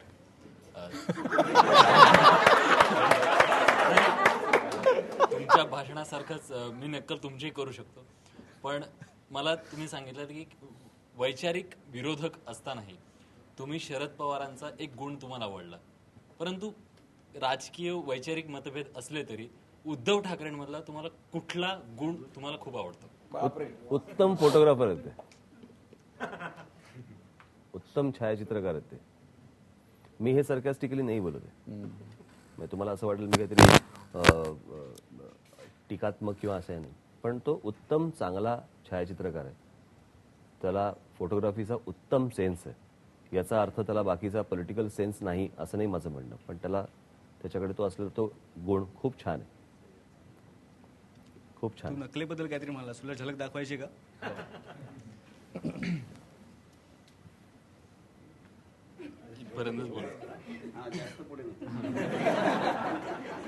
परवाची तुमची सभा झाली, त्यात तुम्ही बाळासाहेबांना उत्तर दिलं. बाळासाहेब म्हणाले की मर्दासारखा वाग, पण मी सांगतो मर्दासारखाच वागतोय आणि मर्दासारखाच वागतोय. बाळासाहेब, मला ही एक गोष्ट सांगायची आहे. तुम्ही सुद्धा तुमच्या शिवसैनिकांना सांगा की माझ्यास लढायचं असेल तर मर्दासारखंच लढा. एक छोटासा प्रश्न आरतीला विचारायचा. हो, मी अगदी लास्ट एक प्रश्न विचारते. मार्टिन ल्युथर किंगचा उल्लेख झाला तर त्यांचं एक कॅचलाईन होती की आय हॅव अ ड्रीम. तर तुम्हाला महाराष्ट्र घडवायचा आहे, महाराष्ट्राचं नवनिर्माण करायचं आहे, पण तुमचं पर्सनल ड्रीम काय, तुमचं स्वप्न काय? हे राज्य उत्तम व्हावं. आणि खरं सांगायचं तर महाराष्ट्राची जमीन ही अत्यंत, ज्याला आपण फर्टाईल लँड म्हणू, इतकी उत्तम. युरोपातल्या कुठच्याही देशाची तुलना तुम्ही या राज्याबरोबर, या राज्याच्या पोटेन्शियल बरोबर करू शकता, या राज्यामध्ये असलेल्या. आणि तरी हे राज्य जर समजा मागे मागे मागे मागे जात असेल त्याचं वाईट वाटतं आणि हे राज्य घडू शकतं, उत्तम होऊ शकतं. आज कोणत्याही जर उद्योगपतीला जर समजा तुम्ही जाऊन विचारलं की तुमचा पहिला प्रेफरन्स कुठे आहे उद्योग टाकण्याचा, तर ते महाराष्ट्रच बोलतील. परंतु त्यांना ज्या अडचणी निर्माण होत आहेत, त्यांना जो त्रास होतोय, याच्यातनं हे उद्योगपती आज बाहेरच्या राज्यांमध्ये जात आहेत. सो हे राज्य उत्तम घडू शकतं, घडवू शकतो आणि उद्योगपतींबरोबर बाहेरच्या देशातले लोक हे पाहण्यासाठीही इथे येऊ शकतील असं राज्य घडवावं अशी माझी इच्छा आहे आणि ते नक्की घडेल. एक शेवटचा 2-3 प्रश्न आहेत. तुम्ही कल्याण डोंबिवलीकरांना सांगितलेलं दर 3 महिन्यानंतर मिळेल. साधारण तुम्ही ऑक्टोबर नोव्हेंबर महिन्यात आलेले, आता इलेक्शनचा टप्पा गेलाय, तर इलेक्शन नंतर कधी येणार? तुम्ही माझं वाक्य तोडताय. पहिली गोष्ट, तुम्ही माझ्या हातामध्ये सत्ता द्या, बरोबर आहे.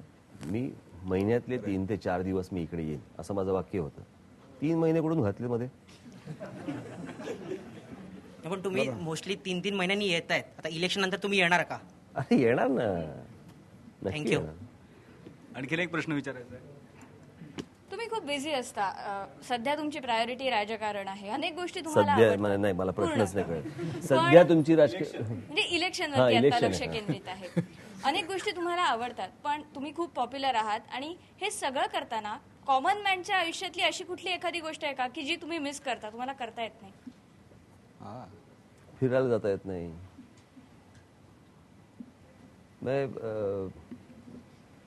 करायचं तर काही करू शकतो, त्याला काय असं काही नाही, पण ते नाही करता येत. रस्त्यावर उभं राहून वडापाव खाणे वगैरे. फिरायला जाता येत नाही असं म्हणाला, कुणाबरोबर? एकटा पण माझ्या घराच्या खाली असं खाली शिवाजी पार्क मैदान आहे. शिवाजी पार्कलाही तुम्ही फिरायला जाऊ शकत नाही, लोक जाऊ शकत नाही. असं नाहीये. कसं होतं, अनेकदा आता पोलीस असतात किंवा कोणी असतं, बघ ते गेलं की मागून ते सगळे एक एक येतात. बरं कोणीतरी भेटतं, मग ते भेटत असतात, मग ते असं 2चे 4, 4चे 8, 8चे 10, मग ते विचित्र लेवलला जातं आणि मग ते लोकांना असं वाटायला काय फिरतायत आम्हाला. बरं अगोदरच ते शिवाजी पार्कची चालायची जागा खूप कमी झाली आता. त्यात पुन्हा पेवर ब्लॉक लागलेत. पेवर ब्लॉकचं नाही, त्याच्यावर चालायला बरं वाटतं. मला असं वाटतं सगळं सोडावं आणि मस्तपैकी कलाकार, तुम्ही कलाकार आहात मुळातले, चित्र काढावी, गाणी ऐकावी, कार्टून सिनेमा बघावेत, कार्टून फिल्म बघाव्यात, असं मस्त कलंदरासारखं आयुष्य जगावं. नाही, मला असं वाटतं मी काहीतरी डिलिव्हर केलं पाहिजे. माझ्यामध्ये जर समजा काही गोष्टी असेल, माझ्या जर काही इच्छा असतील, तर त्या मी केल्या पाहिजेत, समोर ठेवल्या पाहिजेत, करून दाखवल्या पाहिजेत. पण या सगळ्या गोष्टी करत असताना काही सोडावं राजकारण. कारण मी आपलं मागे जे बोलणं झालं होतं त्याच्याप्रमाणे साधारणपणे क्रिएटिव्हिटी, काही नवीन काही गोष्ट निर्माण करणं आणि ती समोर मांडणं, ती जर मी राज्यात मांडू शकलो तर मला असं वाटतं तेच एक माझं सुंदर चित्र असेल, एक चित्रकार म्हणून. आणि प्रत्येक वेळेला चित्र हे काही कॅनव्हासवरतीच मांडलं पाहिजे असला भाग नाही, किंवा प्रत्येक वेळेला काहीतरी तुम्हाला एक ठराविक आकाराचा पेपरच असला असं पाहिजे असलेला भाग नाही आहे. मला असं वाटतं महाराष्ट्राची जी आपली उत्तम जी सुंदर भूमी आहे, मला असं वाटतं तोही कॅनव्हास माझ्यासाठी चालेल. त्या कॅनव्हासवर तुम्ही काम कराच, पण नेहमी जी मी तक्रार करतो तुमच्याकडे, तुमच्याविषयी, तुम्ही व्यंगचित्र काढत नाही, हे चूक आहे. महाराष्ट्राला एक चांगला व्यंगचित्रकार लाभला होता, तो आम्ही गमावतोय. हे करू नका. निदान महिन्यातून 2 महिन्यातून एक तरी व्यंगचित्र काढलं पाहिजे. मी आता विचार करतोय त्या फेसबुक, तुम्ही मगाशी म्हणाला त्याप्रमाणे फेसबुकवरतीच टाकून द्यायचं. पण ते काढावं लागेल ना आधी. अर्थातच मी आता नुसतंच कसं टाकेल. नाही, मी माझे मनात असतं ते सगळं, पण ते करायचंय. शेवटचा प्रश्न आता. निघताय कधी? नाही, निघताय घरी नाही. शेवटचा प्रश्न, निघताय कधी? जवळपास संपूर्ण महाराष्ट्रात SMS येत आहेत. सगळा महाराष्ट्र ही मुलाखत अजून बघतोय. काही मिनिटातच मतदानाच्या दिवसाला सुरुवात होणार आहे. अरे इतके वाजले का? झालेच. 12 वाजून गेले. 12 वाजून 14 मिनिटं झालीच. 12:30 वाजायला आले. उगवत्या सूर्याला काय सांगाल आणि प्रामाणिकपणे सांगा, मावळत्या सूर्याला उद्याच्या काय सांगाल? तोपर्यंत निकाल लागलेले असतील, म्हणजे मतपेटीत बंद. उगवत्या सूर्याला सांगीन लोक भरभरून मला मतदान करू देत, आणि मावळत्या सूर्याला सांगीन की लोकांचा ऐकून दुसऱ्या दिवशी चांगला रिझल्ट मिळू देत. इथेच थांबूया. तुम्ही IBN लोकमतमध्ये आलात आणि सगळ्यात महत्त्वाची गोष्ट म्हणजे आमचं ऑफिस इतकं लांब असताना आलात, आमच्या प्रेमापोटी आलात. मी आभार नाही मानत, कारण आभार औपचारिकपणे मानलेले तुम्हालाही आवडणार नाहीत, पण थँक्यू व्हेरी मच. असेच येत राहा आणि सगळ्यांशी बोलत राहा, कारण तुम्ही आमच्याशी बोलण्यापेक्षा महाराष्ट्राशी बोलणं महत्त्वाचं असतं. आणि आम्ही हा जो कार्यक्रम करतोय नॉनस्टॉप 100 तास, उद्या सकाळी 7 वाजल्यापासून आम्ही तो करणार आहोत. तुम्ही आम्हाला लागणार आहात. पण मी एक गोष्ट सांगतो तुम्हाला, उद्या मतदान झालं की मतमोजणी ज्या दिवशी असते त्या दिवशी रात्रीपर्यंत मी माझ्या रूममधनं बाहेर येत नाही. मी एकटा बसलेला असतो, मी कुठचेही फोन घेत नाही, मी टेलिव्हिजनवर जात नाही. सो तेव्हा असं तुम्ही धरू नका की हा आपल्याकडे आला नाही वगैरे वगैरे. नाही, So तुम्ही येऊ नका. तर मी येत नाही. तुम्ही रूम मधनं बाहेर येऊ नका, मी तुमच्या रूम मध्ये येऊ शकतो.